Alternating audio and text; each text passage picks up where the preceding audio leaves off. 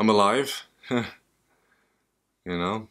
So there goes that myth that I was told when I was a kid that you could only go 3 days without food or water. It's a bunch of BS.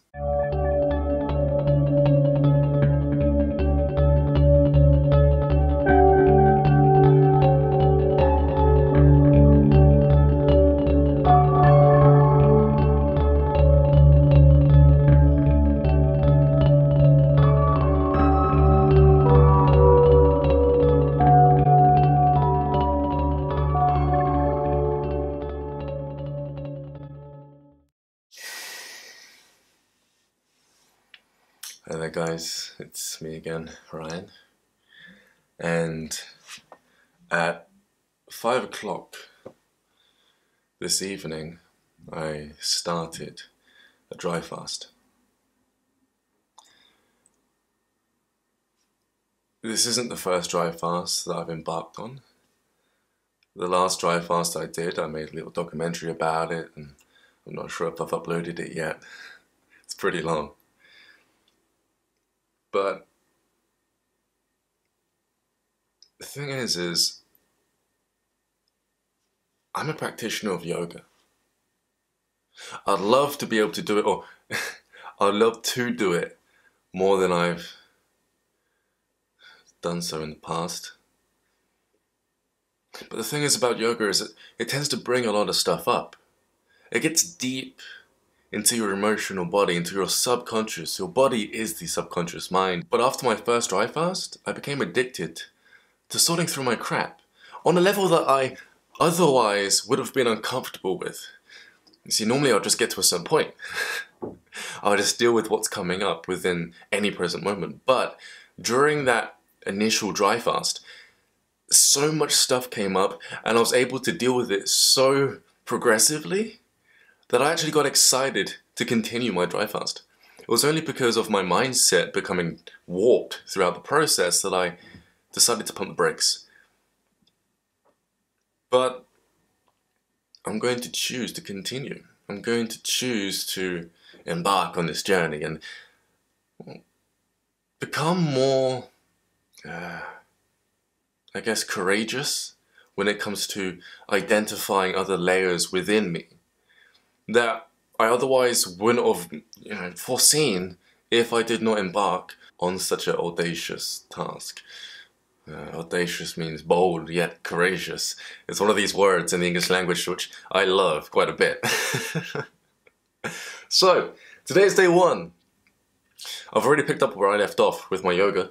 It seems my body tends to get a little bit stiff, but as soon as I had that one initial exercise earlier on today, my body has tended to have picked up where it left off. It's back to its nimble state, and I even purged some old emotional debris, which, well, caused some resistance when it came to me initially thinking, hey, shall I do some yoga today? Nah, I'll just leave it till tomorrow, when really just a deeper part of me was putting it off because I felt uncomfortable. So I'm going to continue with my dry fast, and I'll keep you guys posted. I'm going to continue with yoga, and I'm going to delve deep right into those deep crevices of my subconscious mind. Let's see if the yoga can shine a light upon these dark aspects of myself. There's not much there, I'm going to be honest. You guys have missed a lot of the good stuff already.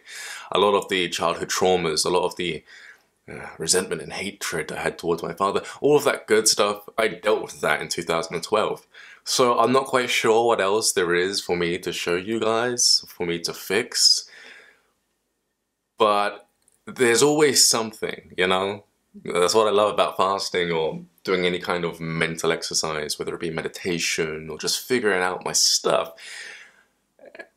There's always something, and it may be small or minor to me, but to some people out there it's actually quite a big deal. And a friend of mine made me aware of that a couple of weeks ago.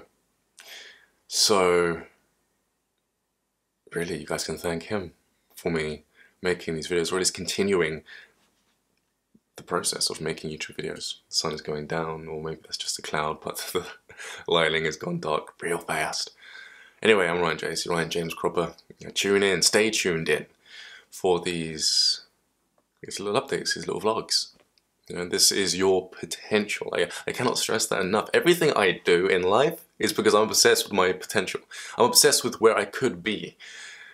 You know, so long ago, I was at this certain point where my potential was squandered by my inability to imagine and to get excited about what I could be in the future. But after getting through a lot of crap and a lot of resistance towards me actually starting the initial stages of detoxification and changing my diet, or at least, you know, touching upon certain aspects of my mental process, or at least accepting certain sides of my shadow self, now, where I'm at today, I'm so much better, I'm so much cleaner, I'm well. I'm well. I'm mature, I know what I'm doing, I know what to do, you know. So, like I said, something, if I can touch upon anything during this process, no matter how long it is, because I never plan these fasts, the durations anyway, I never have some sort of set course when it comes to me getting up and, you know, a routine. I don't have any of that. But anything that comes up, I hope it helps you. And I'll speak to you guys pretty soon. Peace.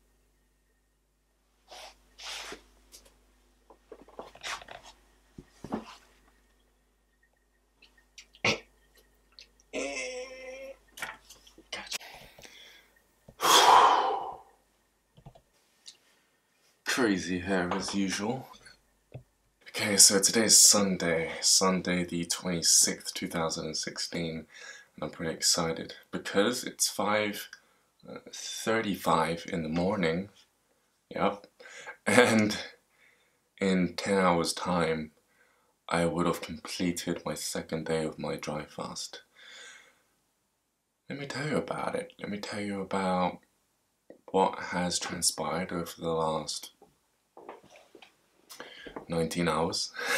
This has been by far the hardest day I've ever had during any kind of fast, which is surprising because I've done dry fasts before. One, to be exact, for 56 hours, I believe. It was 2.5 days.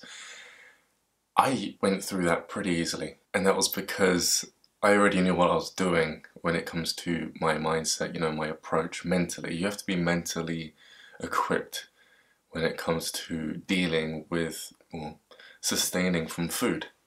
And today, what's made this day so special is that I've remembered what it was that I was doing during my last dry fasting experience, which made it so easy.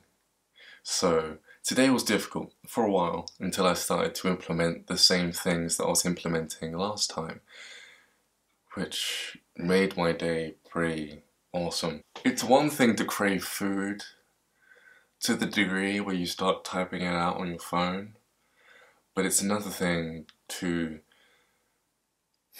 succumb to the craving, not physically, not acting by stuffing your face or running down to the fridge first thing in the morning.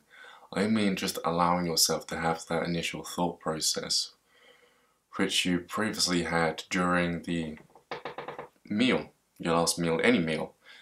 You know, really what the soul craves is the experience. It craves the information which you've already accumulated throughout your lifetime during those experiences where you've sat down and you've eaten food within the past. So after eating this food, it doesn't just disappear. And when you tell your subconscious mind that, okay, enough is enough, we're not going to be eating for however so many days, and that's an issue in and of itself. I'll tell you why in a minute. But you see, when you say that, when you say to yourself, okay, we're not eating anymore, these aspects of your subconscious mind go haywire. They feel the lack of, therefore they're demanding it of you right now to get up and stuff your face. But when you realize that really you just want to feel that information, which you already have, you could actually sit there like I've been doing, and that's what's made this so easy.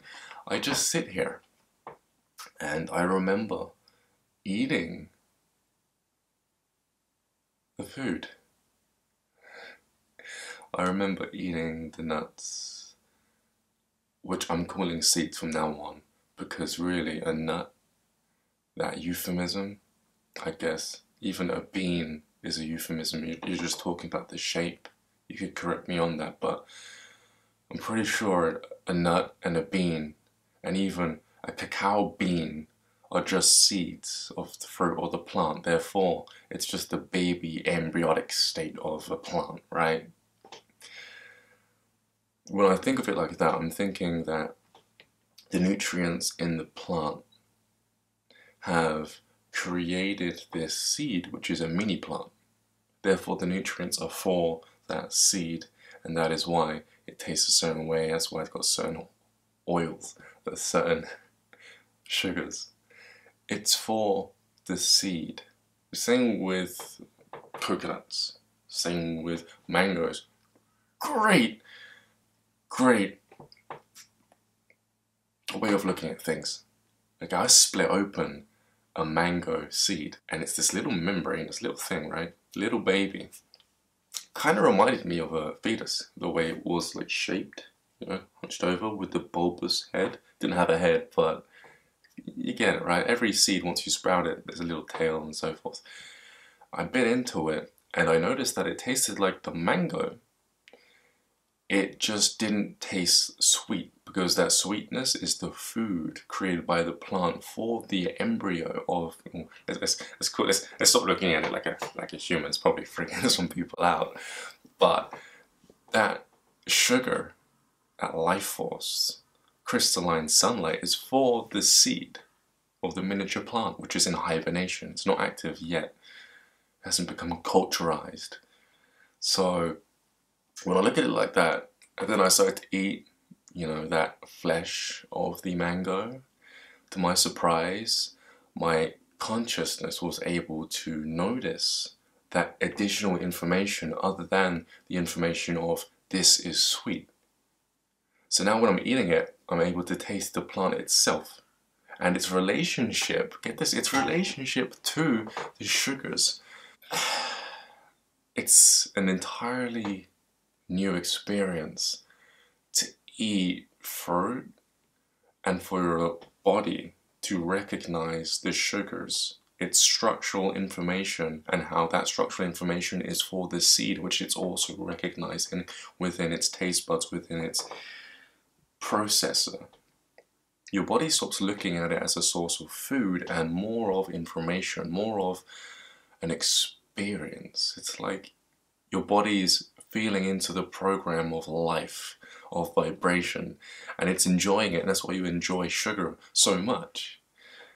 I can only attest to that because during these fasts, after the first day, my sugar levels drop way down and my blood pressure goes up. I get lightheaded if I get up too quick. But after a while, that goes, and I have a lot of energy, and it's coming from the air. And I'll probably have to explain this in more detail in future videos, but today I just want to be talking about, you know, what the body actually is. It's a process of an experience here in life, and if you focus on the experience, what I did beforehand, because I did my pre-fast, the 2.5 day fast, 56-hour fast, right, dry fast, and then when I went onto food again, very small, the only dense food I had was seeds, nuts, you know, euphemisms and so forth. And when I was eating it, I was feeling into the information and I was storing it for this moment, because that's what helped me out last time. So I sit here, right, my tongue was going all funny and I feel myself getting lightheaded. This is what I do. I sit here, close my eyes, and it's literally like I'm eating it. I'm stuffing my face with all of these raisins and I'm getting the information. I'm tasting the plant aspect of the raisins, which is still there, it's still existing within the food, or within that plant food, okay?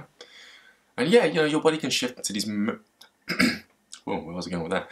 But yeah, your body can shift into these many different states where it can absorb certain minerals and so forth in order to allow it, well, at least to become balanced in some way, to become satisfied.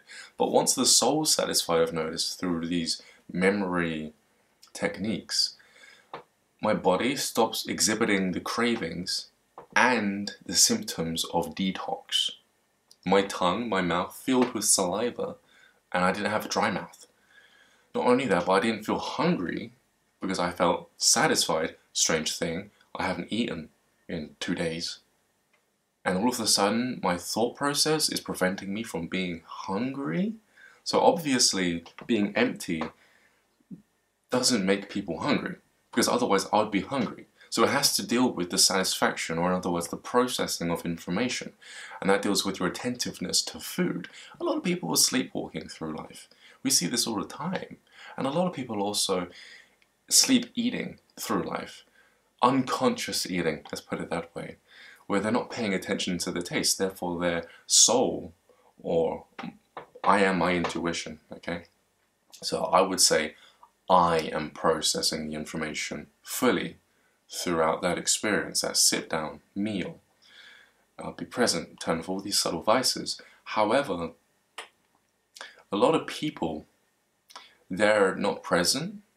A lot of people who aren't themselves, they're not in touch with their deeper knowing because they haven't integrated their intuition, or in other words, their higher aspect of themselves that has all of this information already.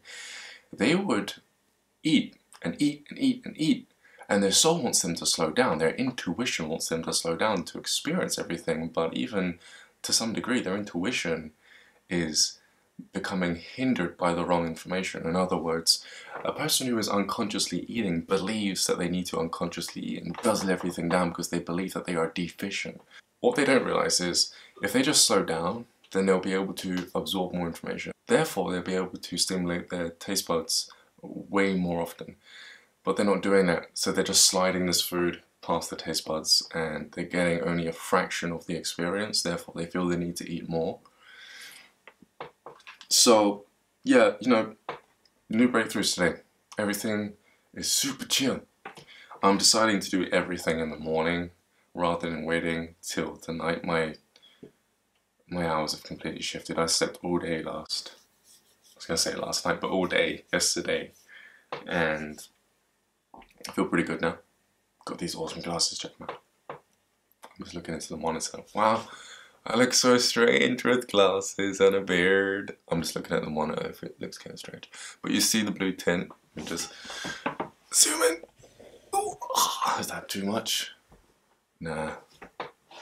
There I am. You see the blue tint, guys? This blue tint is, I'm going to call it filament. The girl called it a film, basically a liquid that they smear over the glass. And you see this glass, it actually has these little dents inside of the glass. No glass is smooth completely until they varnish it with certain chemicals. And within this neat little pair, this blue tint or varnish prevents the blue ray of light from coming through on my monitors and, yeah, on all of my monitors, which is why I thought it was so cool to get something which I could use on all of my things, all of my devices, including my phone. But yeah, this has gone way off track. I'm Jesse, this has been day 2. Pretty much just psychological symptoms subsided by previous methods of getting rid of the symptoms. No pains within my body as of yet, which is surprising because the first day I did this I got excruciating pains throughout my body. This could be due to the fact that I'm doing yoga now, whereas last time I didn't do yoga. Let's see what else I get up to today, and depending on what I discover will depend on whether or not I'm going to turn on this camera again on day 2 or maybe day 3. Well, day 3 isn't too long from now, so yeah.